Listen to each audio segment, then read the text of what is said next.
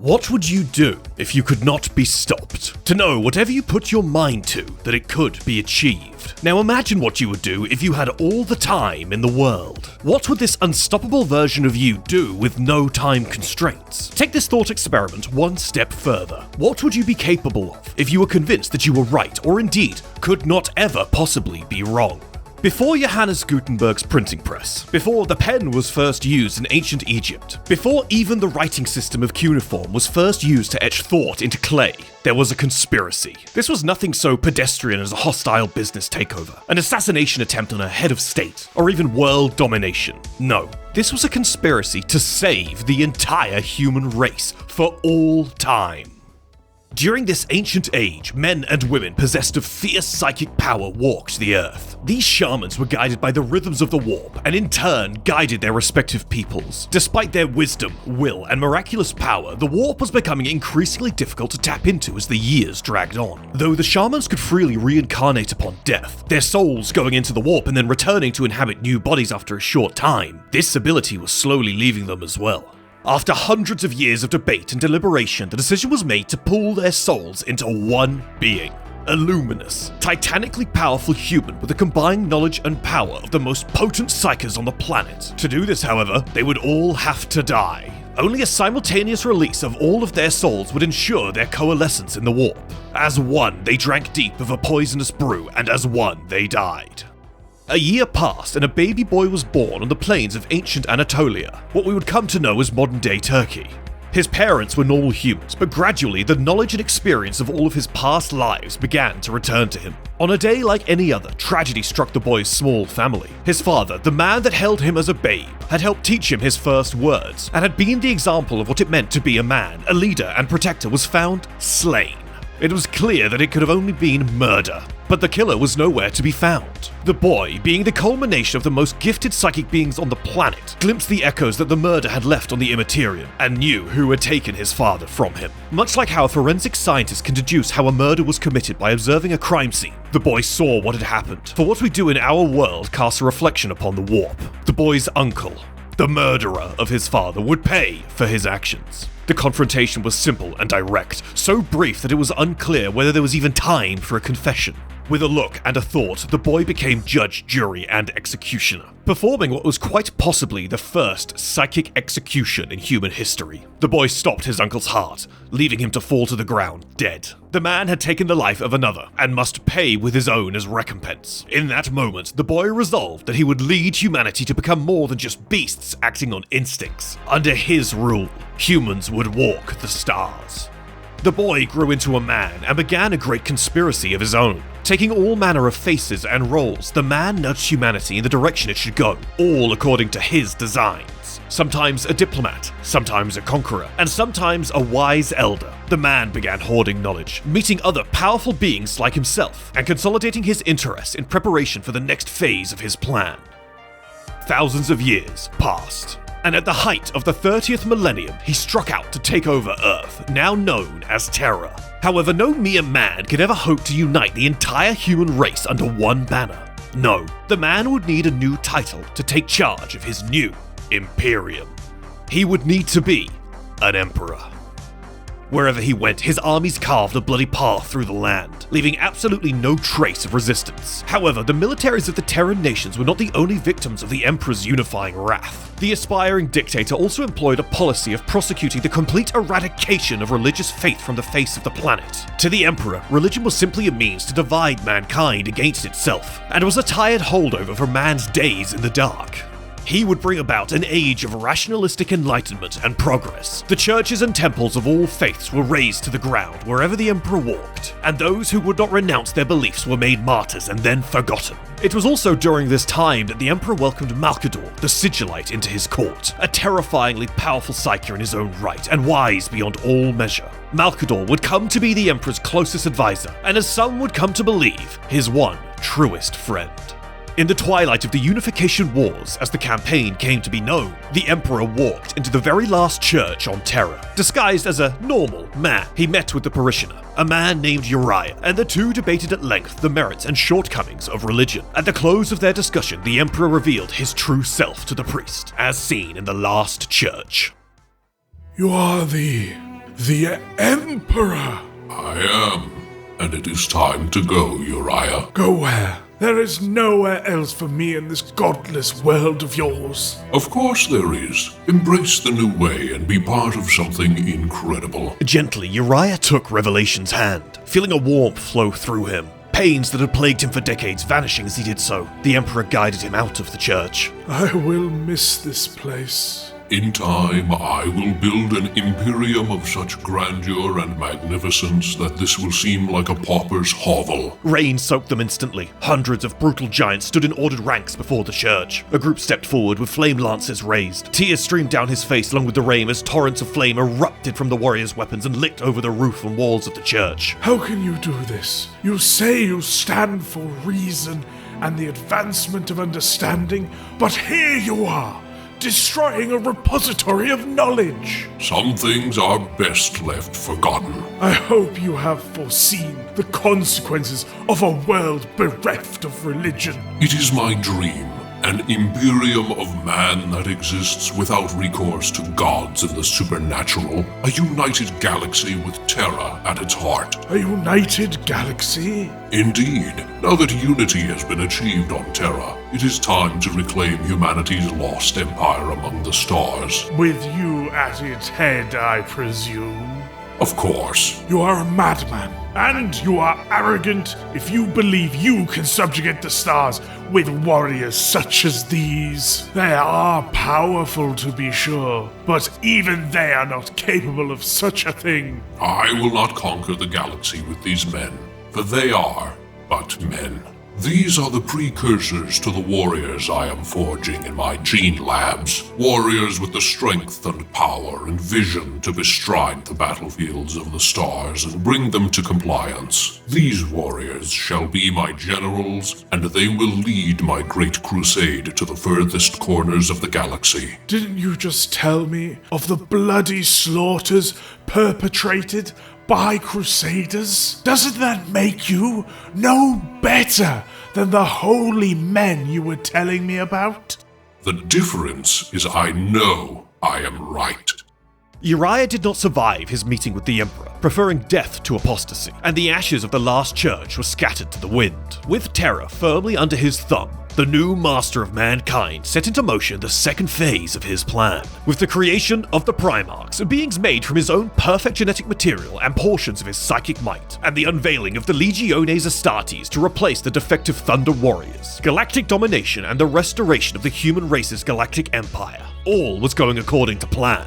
But the ruinous powers of chaos had plans of their own, taking a hold of the capsules that bore the infant Primarchs and cast them out amongst the stars, each landing on a different planet to face their own challenges and be tempted by the dark gods. This could not stand. The Emperor would not allow his sons to be taken from him, and with righteous indignation he made his counter. Like ants pouring out of a disturbed nest, humanity spread out amongst the stars. With their Emperor at the fore, the Great Crusade rolled across the galaxy, uniting the lost worlds of humanity as well as the lost Primarchs. Known mostly for his ruthless nature when it came to war and conquest, these reunions with his sons, for the most part, were times where the Emperor was able to show his more compassionate side, as seen in Echoes of Eternity during his meeting with his son, Sanguinius.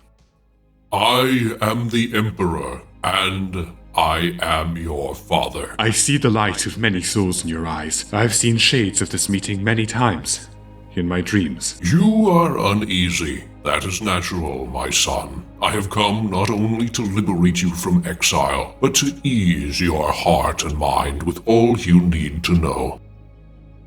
Ask the question I sense lying upon your tongue. What am I? You are my 9th general, and you are a component of the great work, and you were stolen by the enemy, and you may have been changed by them. And you are the death of faith. How do you know of such things? I have dreamed of this day. Faith is a weapon that humanity cannot be trusted to wield. My people revere me as their god. That brings them peace. No doubt to you we are nothing but roaches in this poison desert, but I am their servant. I am mercy when my people need it most, and I am death death to their enemies. That does not make you a god, my son. I never said I was a god. I said my people believe in me, and that gives them peace. Sanguinius stared into his father's eyes. My people are to be left alone. Whatever pacts you and I swear this day, my inviolate condition is this. No ship will enter Baal's heavens without my mandate, and no interference will be permitted without my permission. We have carved out the solace of peace here. Together. You will not threaten it, father. You fear the endangerment of what you have achieved here. No, I speak of loyalty and love. You speak of achievement. Am I wrong? I fear for the lives of my people, who deserve only peace, a peace we have fought so hard for. Behind your words, I hear the triumph of cultures that see you as their savior, but I also hear the razing of cities and the burning of worlds. Am I wrong? The Emperor said nothing. After a time, Sanguinius then asked what no other Primarch had given voice to. Even Angron, upon his discovery, would act without asking the question Sanguinius now asked. What if I refuse? You will not refuse. Here you've saved tens of thousands of lives. With me, you will save billions of lives on millions of worlds. That is not something you could turn your back on. I want your oath. Do you swear, on whatever oaths hold value to you, that you will leave my home in peace? The Emperor hesitated. Sanguinius saw calculation in his father's eyes. You have my promise. Then let us speak of the future, father. Crowning his son, Horus Lupercal, as War Master, and granting him control of all Imperial military forces and assets, the Emperor began work on the third phase of his master plan to safeguard humanity from chaos for all time. The Human Webway Project.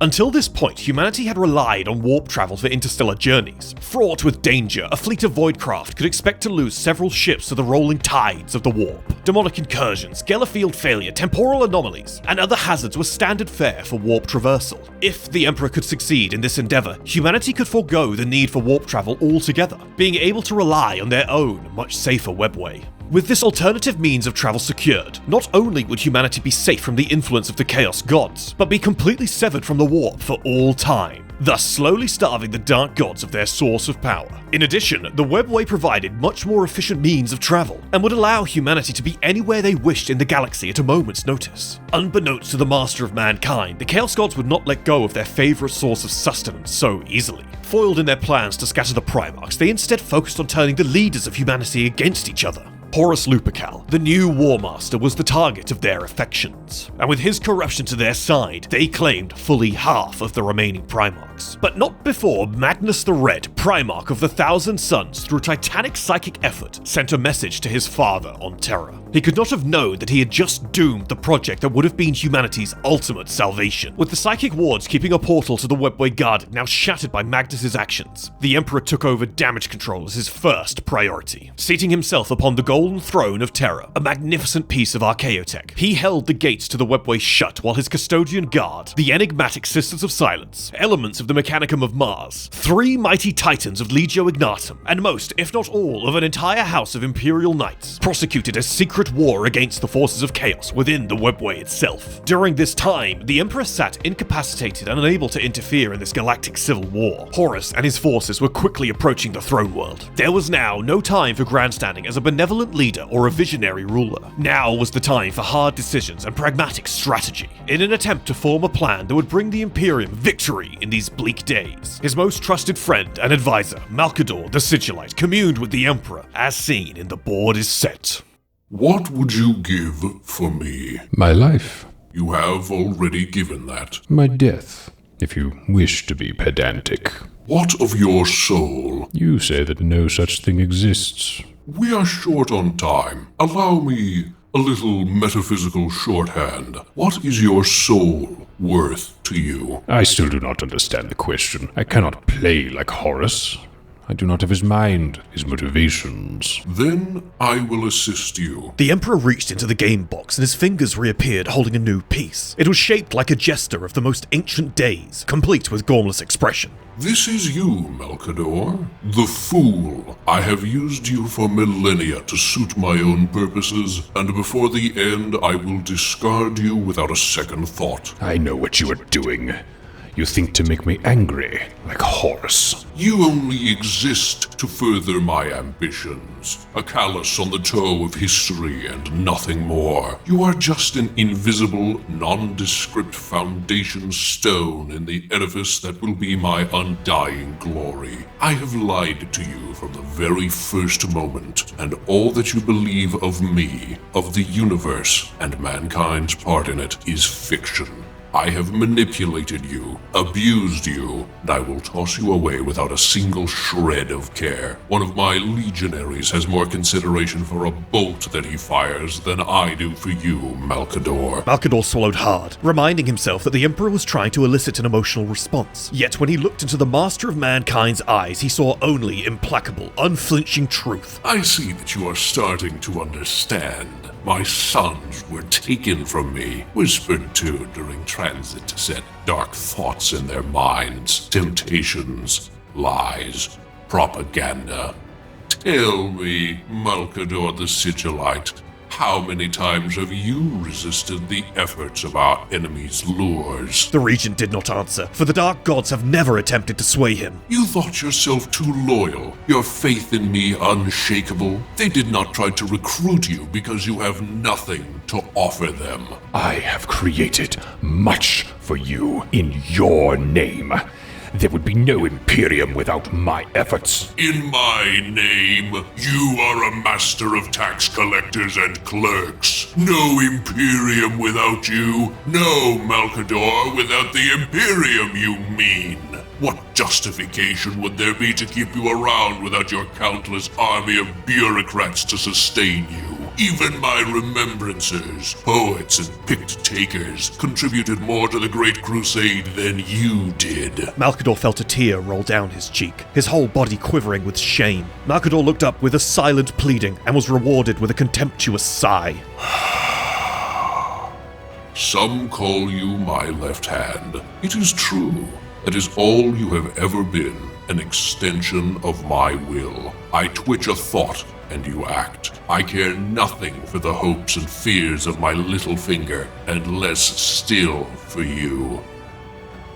Do not stare at me like some docile ruminant. You said you fear failing me, but the truth is that you know you already have. You cannot even bring yourself to hate me when I need you to. The Emperor tossed the playing piece aside. It shattered against the wall. Malcador looked at the splintered pieces of the fool. Betrayal slid a hot knife in his chest. Its fire spread, inflaming his anger, and one thought burned hotter than any other. I have never harbored ambition or sought glory. You seek to wound a pride that does not exist, but you think it does. And that is your shame, not mine. It is your pride that will undo us all, not mine. As the 5th year of his interment came to a close, the Master of Mankind felt a chill run down his spine. Something awful had just manifested in the webway. Something so arcane and dangerous that all the forces fighting the secret war in the ancient tunnels would be slain. It could be none other than the ancient demon known as Drachnian, the end of empires. The Emperor needed to intervene, to save the loyalists who had held on for so long, but to get up off the throne would be to condemn Terra to death by an overwhelming demonic incursion, ordering 1,000 psychics to be sacrificed to the Golden Throne to sate its never-ending thirst for psychic power for a single day. The Emperor rose to his feet and stepped through the webway gate. None now lived that remember the last time the Emperor fought alongside his golden host. None, but the demons that he left alive in the webway. The forces of chaos arrived in the skies above Terra as Rogel Dawn, Primarch of the Imperial Fists, finished the final preparations for Terra's defense. The Emperor, now again confined to the Golden Throne, held back the demonic armies in the webway by sheer force of will and his psychic might. During this time, he was also projecting what was possibly the strongest psychic barrier ever seen around the Imperial Palace. So great was this projected bulwark that even beings such as the demon Primarch Angron were kept at bay. Unbeknownst to the Loyalist forces, Rabute Guilliman and his Ultramarines were a mere 9 hours away from reinforcing them, moving to crush the traitor forces from all sides. Horus Lupercal, in an effort to expedite the siege, lowered the shields on his flagship, the Vengeful Spirit. Seeing this gesture as a trap, but one that mankind could not afford to ignore, the Emperor reluctantly told his friend Malcador that he must take the throne and keep the webway sealed, so that the Emperor might defeat Horus once and for all. Though there was no hope of him surviving the horrifying power of the Golden Throne, Malcador willingly accepted this burden. Stricken with grief at the imminent loss of his lifetime friend, the Emperor bequeathed one final accolade to the Sigillite. The hero. The greatest sacrifice of our age. Our Sigillite is no more. Regard him now as you fulfill his bequests, only as a hero.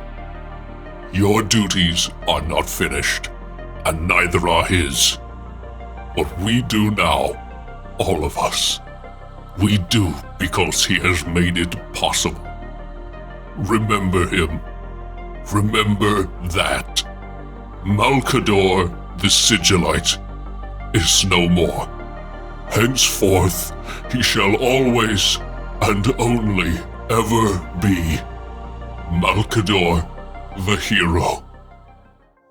As the Emperor and his chosen few, Dawn, Sanguinius, Constantine Valdor, and other members of his custodian guard, teleported to the corrupted flagship of Horus, some trick of the ruinous powers saw them all arrive on different parts of the ship, dividing their small force further, and leaving them all the more vulnerable to attack. Horus, being empowered by each of the Dark Pantheon in equal measure, did all he could to keep the Emperor at bay, while he dueled his angelic brother, Sanguinius. There was no beating this monster in his current condition. All those years upon the Golden Throne had sapped him of much of his past vitality. He needed power, vast, insurmountable power, and he knew just where to get it. Bearing his fiery soul to the warp, the boy who had been created by the deaths of thousands, the man who had conquered a world, and the Emperor who had united a species, drank deep of the Immaterium's power, on a scale never before seen by any being to ever live. Clad in a lightless sphere of pure power, the ascended Emperor swept away all who stood before him. Be they mortal, corrupted, demon, or otherwise, none could hope to survive, much less fight this living avatar of psychic might. But a man, even one as mighty as the Emperor, cannot drink from the poisonous well of the warp without losing himself. Much like Horus before him, and many a Chaos champion after,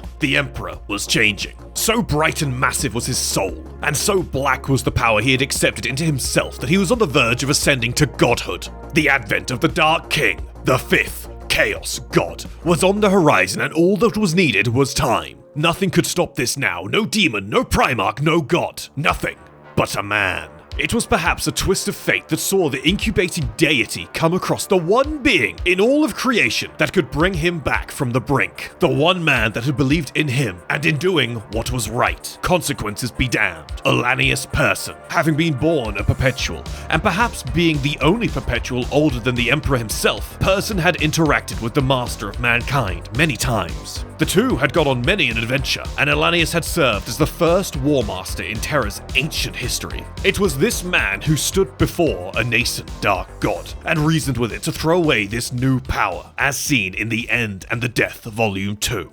Just because you could annihilate me with a blink doesn't make you correct. It never did. It just makes you strong. You are inflexible and rigid in your outlook. Did they think that would make you the best spokesman? One of they was Malcador. He was the only wisdom you ever trusted outside of your own. Doesn't that tell you something? Malcador's involvement does not give me pause. Really? He's taking your throne to allow you to do this. Don't you wonder why he would build redundancies and alternate options into so stark an imperative? By which you mean? By which I mean he feared that this could go wrong, and that even the best chances could fail. So he put effort into making sure there were other chances, however small, even long shots, still in play. And he was right. By which you mean? It has gone wrong! Not true. It has gone wrong. Surely you can see that. You are becoming the Dark King incarnate. This is Vastation, Ollanius, the harrowing of chaos. I must stop Horus Lupercal before he obliterates our species. Nothing is more important than that. You are becoming a god, born from the warp.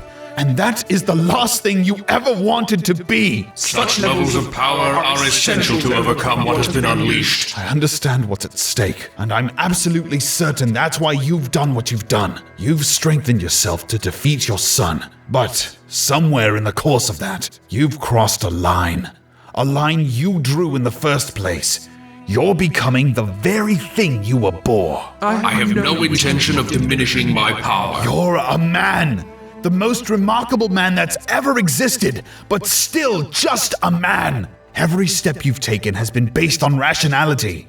But you retained your humanity, even when it would have been easy to let it go. You retained your emotions, because you knew they were vital. That man is still inside you somewhere. I must be strong to fight my son. Yes, you must, but not strong like this. You talk as though you possess great wisdom and insight, but you do not. You're right, I don't. None of us foresaw this possibility. Not Erda, not Eldrad, or even the Sigillite. If you continue on this path, it doesn't matter whether Horus triumphs or you prevail.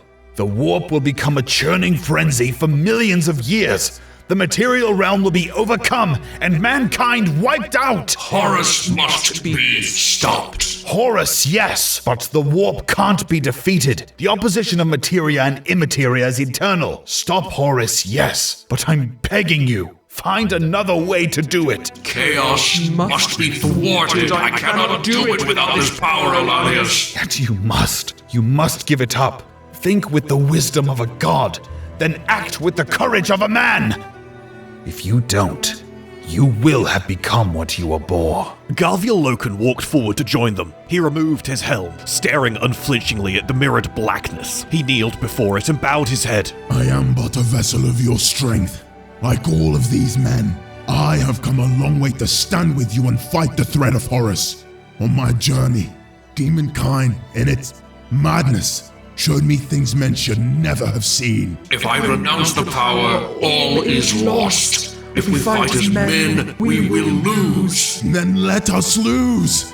It is better to fight demons as men than to become them. Sometimes we must renounce the things that are dearest to us. If we don't have the strength to adapt, then we have no strength at all. I have kept faith in a higher power. If that higher power proves wanting, then my faith is forlorn. I would rather recant it. Ollanius lifted the charm his wife left him to his lips and kissed it. If faith permits the existence of gods like this, then there should be no gods at all. He breaks the thin chain and hurls the charm away. Then, there is silence for a moment. A hand reaches out from the blackness and places itself on Ollanius' right shoulder. You were ever the most stubborn and principled of those who came to me, Ollanius. You see the truth, then? I see the danger. You see the future? I do not, for there is none. You are rightly afraid of all things in this cosmos, Ollanius, including me. But you have never been afraid of the truth. Let this be ended. Death be damned. Death and damnation indeed. Now shorn of the power of the Dark King, the Emperor of Mankind marched onto the bridge of the Vengeful Spirit to confront his prodigal son, with the desecrated corpse of Sanguinius laying nearby. The duel between the father and the son he had made was so titanic that the very foundations of reality shook. This battle of apocalyptic proportions took place not just on the Bridge of the Spirit, but across time and space. From duels with blade and mace to even a game of cards, the Emperor fought for the very soul of every human in the galaxy. Every technique, every trick, every lie, every truth he had at his disposal was utilized, and no expense was spared. In the end, however, it was not enough. Horus had been baptized in the fires and poison of the warp so completely that no blow could keep him down for long. In a final gambit, the Emperor projected an illusion into his son's mind. Before the War Master's eyes stood his own wayward son, Garviel Loken. In a single moment of lucid grief, Horus abandoned the gifts of the Dark Pantheon and realized all he had done, begging his father to kill him. Horus accepted the Emperor's mercy, his soul being annihilated in the process. Having cut the head off the snake and having broken the siege of Terra, the grievously wounded Emperor collapsed, never to rise again.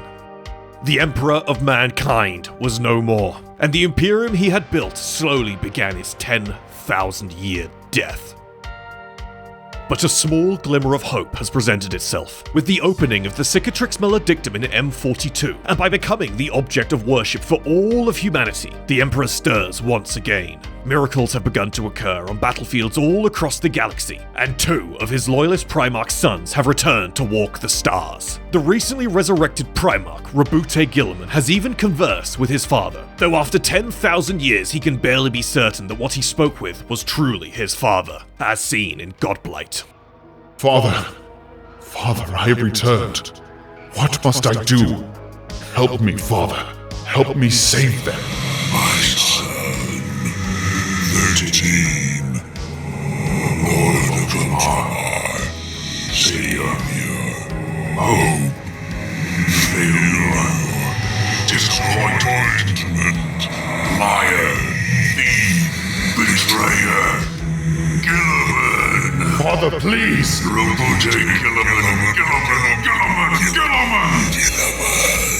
Father!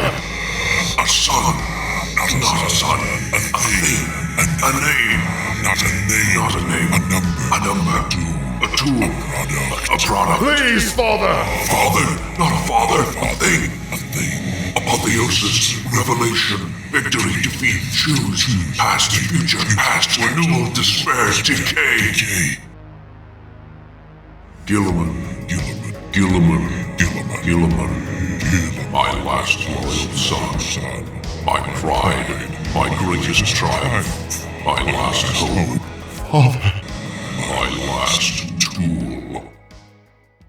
The Master of Mankind will not go quietly into the night, not while he can still protect humanity as the shamans created him to do all those millennia ago. Were his body to ever be restored to its former glory, one can be certain that no servant of chaos could ever stand against him, as he is far more psychically potent today than he ever was when he walked amongst men. His tale is one of ambition, arrogance, fatherhood, manipulation, hope, and stagnation.